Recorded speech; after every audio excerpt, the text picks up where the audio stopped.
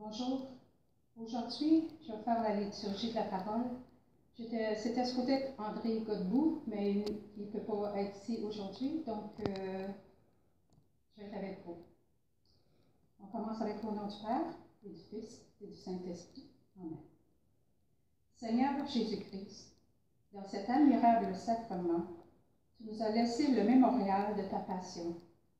Donne-nous de vénérer d'un si grand amour le mystère de ton corps et de ton sang, que nous puissions recueillir sans cesse le fruit de ta rédemption. Toi qui vis et qui règnes pour les siècles des siècles. Amen. La première lecture, c'est la lecture du livre du Deutéronome, qui dit: Moïse disait au peuple d'Israël: Souviens-toi de la longue marche que tu as faite pendant 40 années dans le désert. Le Seigneur, ton Dieu, te l'a imposé pour te faire passer la pauvreté.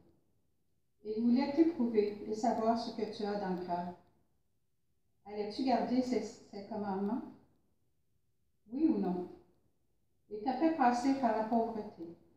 Il t'a fait sentir la faim et il t'a donné à manger la manne. Cette nourriture que ni toi ni tes pères n'aviez connue, pour que tu saches que l'homme ne vit pas seulement de pain, mais de tout ce qui vient de la bouche du Seigneur. N'oublie pas que le Seigneur, ton Dieu, qui t'a fait sortir du pays d'Égypte, de la maison d'esclavage, c'est lui qui t'a fait traverser ce désert, vaste et terrifiant, pays des serpents brûlants et des scorpions, pays de la sécheresse et de la soif. C'est lui qui, pour toi, a fait jaillir l'eau de la roche, la plus dure. C'est lui qui, dans le désert, t'a donné la manne, cette nourriture inconnue de tes pères. Parole du Seigneur.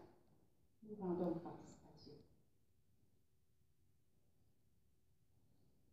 L'homélie d'aujourd'hui, écrite par l'abbé André Godbout, dit que la semaine de pandémie et de confinement que nous avons connue et dont nous commençons progressivement à émerger sont certainement pour nous un rappel de ce que nos mères et nos pères, dans la foi, ont pu vivre dans l'expérience de l'Exode. Dans sa longue marche, le peuple de Dieu, naissant de la liberté d'Égypte, a éprouvé l'angoisse, la peur devant l'inconnu, et aussi la faim et la soif, tant au plan physique que spirituel. Pour certains, le confinement a pu être vécu comme une épreuve qui nous rappelle notre pauvreté, et pourtant, le Seigneur était et demeure à nos côtés. Le fait de ne pouvoir nous rencontrer dans le rassemblement dominical et de ne pas pouvoir communier au corps et au sang du Christ a pu être vécu comme un temps de famine. Cela est compréhensible. Le mystère de l'Eucharistie est central pour la foi de l'Église catholique. Nous devons faire ce temps de famine spirituelle, un carême, un temps de jeûne pour approfondir notre foi dans l'Eucharistie. Ainsi, la parole du Seigneur dans l'Évangile pourra prendre une résonance nouvelle. Il dit: Celui qui mange ma chair et boit mon sang demeure en moi, et moi je demeure en lui. De même que le Père qui est vivant m'a envoyé, et que moi je vis par le Père, de même celui qui me mange, lui aussi vivra par moi.